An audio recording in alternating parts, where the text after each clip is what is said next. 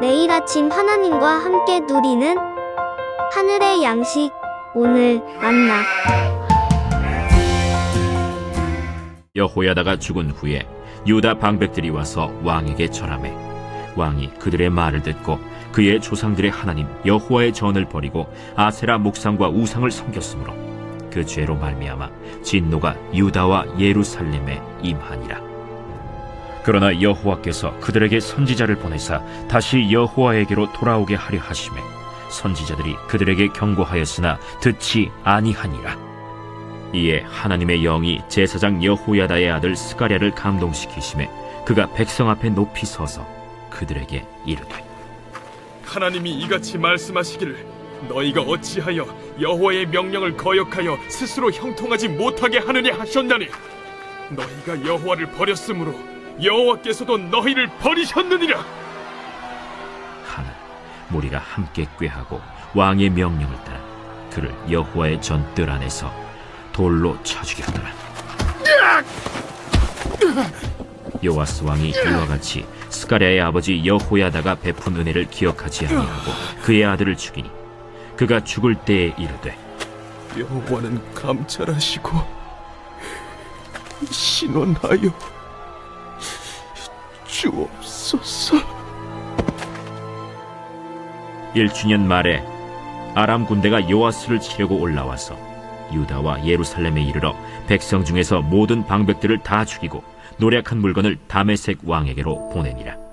아람 군대가 적은 무리로 왔으나 여호와께서 심히 큰 군대를 그들의 손에 넘기셨으니 이는 유다 사람들이 그들의 조상들의 하나님 여호와를 버렸음이라. 이와 같이 아람 사람들이 요아스를 징벌하였더라. 요아스가 크게 부상하매 적군이 그를 버리고 간 후에 그의 신하들이 제사장 여호야다의 아들들의 피로 말미암아 반역하여 그를 그의 침상에서 쳐 죽인지라. 다윗 성에 장사하였으나 왕들의 묘실에는 장사하지 아니하였더라. 반역한 자들은 암몬 여인 시므아세 아들 사밧과 모압 여인 시므리세 아들 여호사밧이더라. 요아스의 아들들의 사적과 요아스가 중대한 경책을 받은 것과 하나님의 전을 보수한 사적은 다 열왕기 주석에 기록되니라.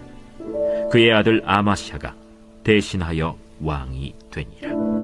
역사 속에는 난공불락처럼 보였던 성이 무너진 사건들이 많습니다. 대표적인 예가 트로이 성인데요. 그리스 연합군이 보낸 목마를 성 안으로 들여보냈다가 트로이 성은 함락당하고 말았습니다. 외부가 아니라 내부에서 발생한 전투로 무너진 것이죠. 오늘 본문에 나오는 요아스 왕에 대한 말씀은 이런 관점에서 믿음으로 사는 성도에게 다가오는 유혹과 도전을 어떻게 이기고 믿음의 경주를 완주할 수 있을지를 가르쳐 줍니다. 본문 17절을 보면 여호야다가 세상을 떠나자 요아스는 든든한 신앙의 버팀목을 잃었습니다.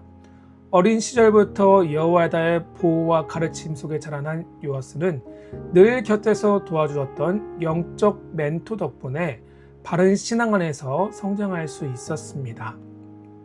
하지만 여호야다가 떠난 이후 요아스는 이제 신앙에 홀로 서기를 하며 혼자서 믿음을 지켜야 했습니다. 바로 이러한 때 유다의 방백들이 찾아와 달콤한 말과 아첨으로 왕의 마음을 흔들었고 결국 요아스는 그들의 말에 넘어가 성전을 버리고 아세라 목상을 섬기는 자리까지 나아가게 되었습니다. 유혹은 대부분 이런 식입니다. 겉으로 보이는 큰 환난이나 박해보다 은밀히 스며드는 작은 유혹이 더 위험하죠. 유혹은 언제나 달콤하고 합리적인 이유로 포장되어 우리에게 다가옵니다. 세상은 끊임없이 우리에게 속삭입니다. 이 정도는 괜찮다고, 한 번쯤은 눈 감아도 문제가 없다고, 다른 사람들도 다 그렇게 한다라면서 작은 유혹과 타협은 우리의 믿음을 흔들고 우리에게 도전해 옵니다. 사랑하는 동역자 여러분, 선줄로 생각하는 자는 넘어질까 조심하라는 말씀을 기억해야 합니다. 끝까지 믿음을 지키고 우리의 믿음의 경주를 완주하기 위해서는 우리는 작은 유혹 앞에서 영적 경계심을 늦추지 않고 영적으로 더욱 깨어 민감하게 반응해야만 합니다. 어떻게 가능합니까? 지금도 우리 안에서 살아 역사하시는 성령 하나님의 음성에 귀를 기울이고 그분의 도우심과 인도하심을 온전히 찾고 구할 때 가능한 줄 믿습니다.